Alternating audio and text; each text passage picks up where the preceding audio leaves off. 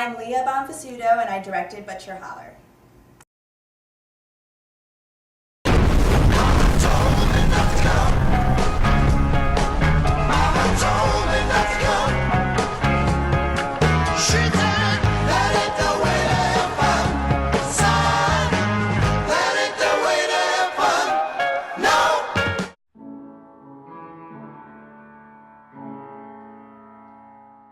I'm from New York City, born here in the city, and then I was raised right outside of the city in Rockland County, which was a community of a lot of immigrants and artists, and when I grew up there in the 80s and 90s, there was a lot of really interesting puppetry theater.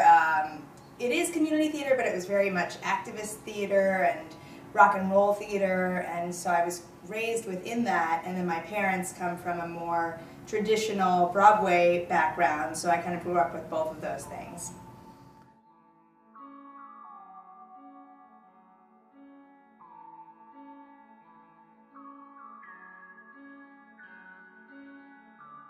Well, I've always wanted to work with the Aztec economy, and I've been a big fan of Casey's work for a long time.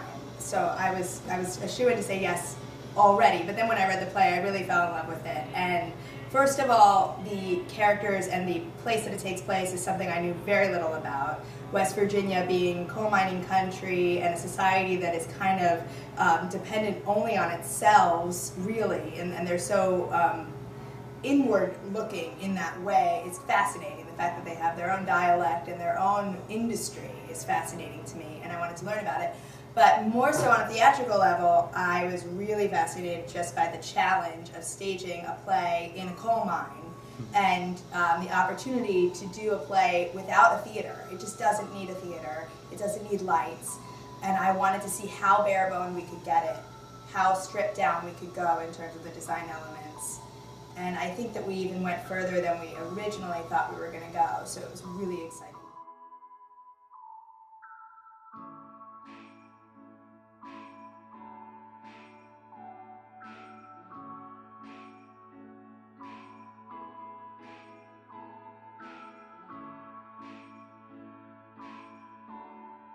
I loved it.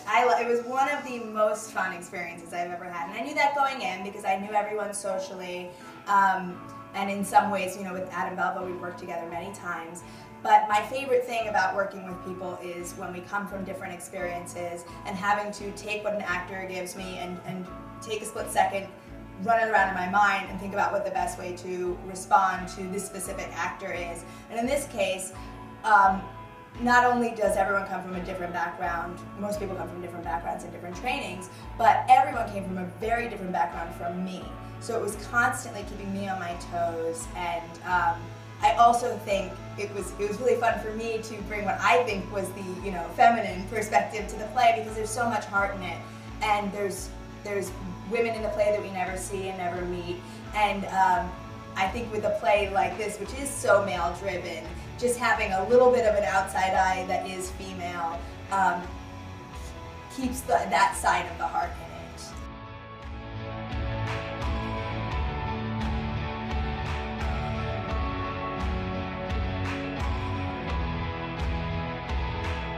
Oh, that is a really interesting question.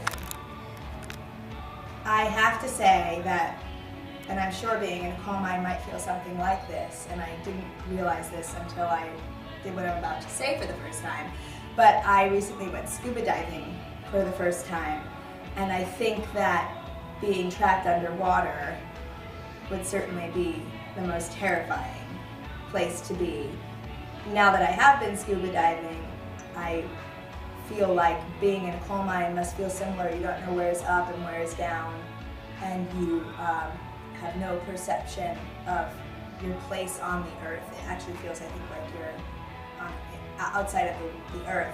And who would I not like to be trapped there with? I gotta say a stingray, because I really hate stingrays.